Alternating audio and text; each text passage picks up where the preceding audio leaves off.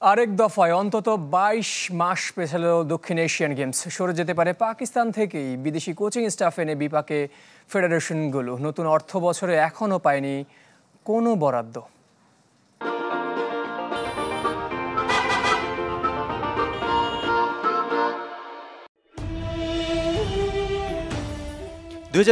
শেষবার নেপালে বসেছিল দক্ষিণ এশিয়ান গেমস।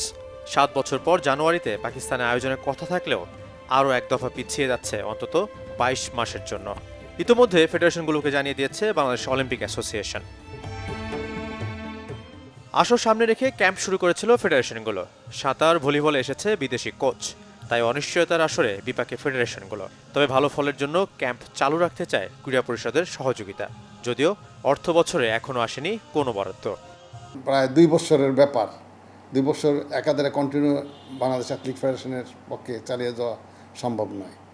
তবে যদি ক্যাম্প পরিচালনা করতে হয়, এটা আর্থিক সহযোগিতা জাতীয় ক্রীড়া পরিষদ, ক্রীড়া মন্ত্রণালয় বা অলিম্পিকের সহযোগিতা লাগবেই। একটা খেলোয়াড়কে যখন প্র্যাকটিসে রাখা হয় তখন তার থাকে, তার খেলার মনোযোগটা এবং তার যে ফিটনেসটা সেটাকে তার আয়ত্ত থাকে। যখনই আপনি এখান থেকে ওদেরকে ৩-৪ মাস ৫ মাসের জন্য যদি ছেড়ে দেন, আবার যদি কোনো কম্পিটিশন আসে সেখানে তাদেরকে আবার সেই জায়গায় নিয়ে যেতে ৩-৪ মাস এইভাবে সময় লেগে যায়।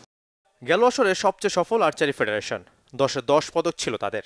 সংকট কাটিয়ে পাকিস্তান, ভারত বাদ দিয়ে নিরপেক্ষ ভেন্যুতে গেমস আয়োজন হতে পারে সমাধান। একটা নিউট্রাল ভেন্যু হলে ভালো হয়, যে কে কত বড় দেশ কিংবা কে কত ছোট দেশ এটা আসলে ফ্যাক্ট না। ফ্যাক্ট হচ্ছে একটা টুর্নামেন্ট অর্গানাইজ করা। এটা হতে পারে খুব গর্জিয়াস, হতে পারে মোটামুটি সাদামাটা, বাট টুর্নামেন্ট আমাদের মেইন উদ্দেশ্য কি টুর্নামেন্ট অর্গানাইজ করা।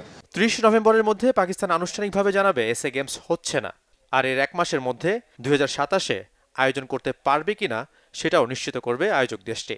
বাহরাইনে সাউথ এশিয়ান অলিম্পিক কাউন্সিলের সভা থেকে এসেছে এমন সিদ্ধান্ত। যদি কোনো কারণে আয়োজন করতে না পারে তখন নতুন স্বাগতিক খুঁজবে সাউথ এশিয়ান অলিম্পিক কাউন্সিল। বৈশ্বিক মানদণ্ডে এসএ গেমস তেমন বড় আসর না হলেও বাংলাদেশের অ্যাথলেটদের জন্য বহুল আকাঙ্ক্ষিত। শাফাত মিদুন, চ্যানেল 24, ঢাকা।